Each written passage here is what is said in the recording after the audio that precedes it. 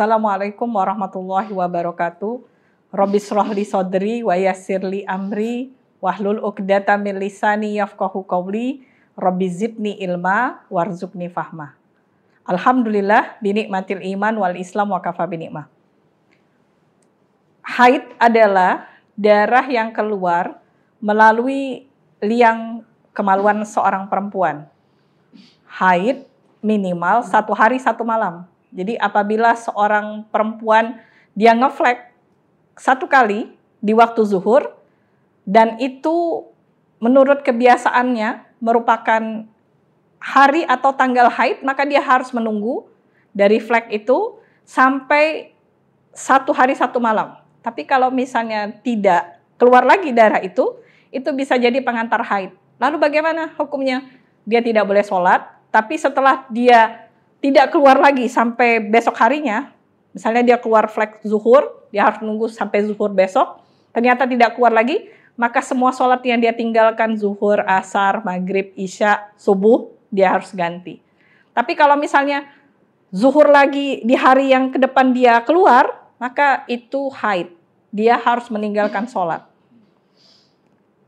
Maksimal haid 15 hari 15 malam.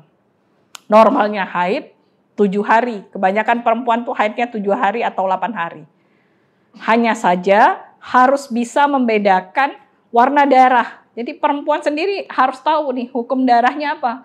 Apabila ada kekuningan di hari-hari luar daripada kebiasaan haid, itu disebutnya keputihan, bukan haid. Dan itu wajib sholat. Sedangkan misalnya kita haid itu warnanya bisa merah muda, bisa merah pekat, bisa hitam kecoklatan, bisa kekuningan. Tuh di ujung-ujung akhir dia bisa kekuningan dan nggak boleh mandi wajib. Walaupun sudah lewat kebiasaan 8 hari, 9 hari, karena itu masih darah haid apabila terjadi di masa dia haid. Sampai kapan dia mandi wajib? Sampai cairannya putih atau jernih. Nah ini hukum untuk diketahui. Dan haid tadi tidak lewat dari 15 hari 15 malam. Walaupun nanti ada flek lagi, ya bisa jadi perempuan itu lewat daripada 15 hari 15 malam. Bagaimana itu kasus atau hukumnya? Dia bisa jadi dia pakai KB. Ini yang menyebabkan perempuan itu bisa terkena haid lebih dari 15 hari. Atau dia terkena penyakit di rahimnya. Bagaimana hukumnya? Hukumnya dia tetap wajib sholat dan darah yang keluar setelah lewat dari kebiasaan atau 15 hari tadi namanya darah istihazo atau darah penyakit. Jadi tetap sholat 5 waktu, tetap sholat 5 waktu. Kalau puasa Ramadan, wajib puasa Ramadan. Kalau punya suami, boleh berhubungan. Kenapa? Karena darah istihazo bukan keluar dari liang vagina, tapi dari urat-uratnya. Tadi karena apa? Karena perubahan hormon, sebab dia suntik KB atau memiliki penyakit di daerah rahimnya. Kemudian nifas. Apa yang dimaksud dengan nifas? Nifas adalah darah yang keluar setelah rahim kosong daripada janin atau bayi. Kadang-kadang perempuan sebelum melahirkan tuh dia keluar cairan berupa ketuban yang bercampur dengan darah. Dan kebanyakan perempuan udah nggak sholat lagi. Itu tidak boleh. Itu semua hukumnya seperti tadi. Darah istihazo atau darah penyakit. Wajib sholat 5 waktu. Sampai kapan? Sampai sempurna bayinya keluar. Atau dia keguguran, dia keluar darah nih, tapi belum dikuret, belum dibersihkan. Dia tetap wajib sholat karena darahnya itu adalah darah istihazo atau darah penyakit. Bagaimana kalau dia tidak sanggup sholat karena sakit atau kesakitan? Maka dia harus menghitung dari jam berapa atau berapa lama dia proses melahirkan dari bukan awal yang dia tidak sanggup sholat sampai selesai bayinya keluar. Itu mungkin ada yang sehari semalam, berarti 5 waktu sholat ini akan dia kodok ganti setelah masa nifasnya, setelah dia bersih daripada nifas dan mandi wajib.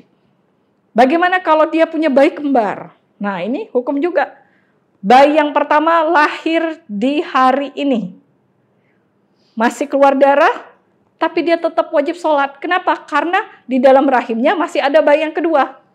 Jadi dia melahirkan besok harinya bayi yang kedua. Nah setelah bayi yang kedua keluar, maka rahimnya itu bersih daripada janin atau bayi, baru dia keluar darah nifas. Jadi setelah dia melahirkan yang pertama, dia masih wajib sholat, Misalnya dia menunggu 24 jam dan dia tidak sanggup, harus menggantinya juga nanti setelah masa nifas, suci dan mandi wajib daripada nifas. Setelah nifas, tadi bisa jadi nifasnya seorang perempuan tidak mesti 40 hari, walaupun maksimalnya ada orang nifas selama 2 bulan atau 60 hari.